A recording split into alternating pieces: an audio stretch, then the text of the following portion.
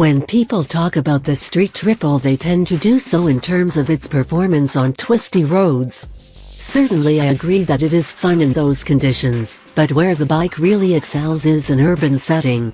This thing is a surgical tool with which one can dissect traffic. If you are fortunate enough to live in a place where lane splitting is allowed or tolerated, the street triple's relatively narrow bars, upright riding position, and responsive but smooth throttle will ensure you almost never have to sit still.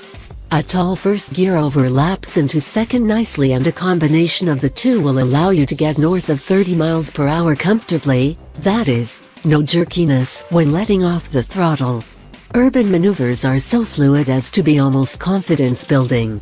The bike carries its 414 pounds of wet weight well, but I wouldn't complain if steering lock were more generous, to allow it to snake more easily through traffic gaps.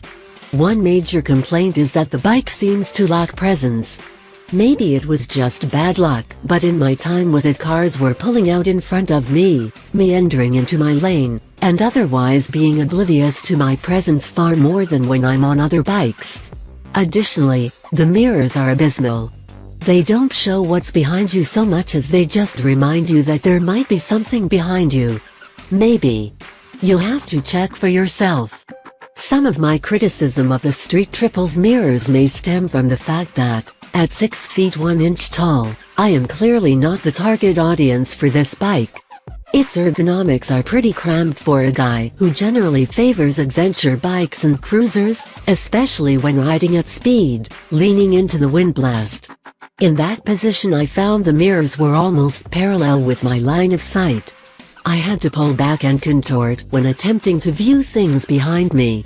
Speaking of wind blast, the street triple is a warm weather only machine.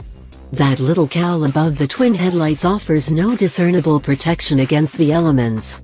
Rain, cold, bugs, you'll get the full brunt of them when astride this bike.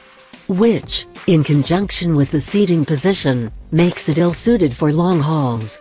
It's not sport bike uncomfortable. Handlebars are upright after all, but my knees, shoulders, back, and neck started to ache after an hour or so in the saddle.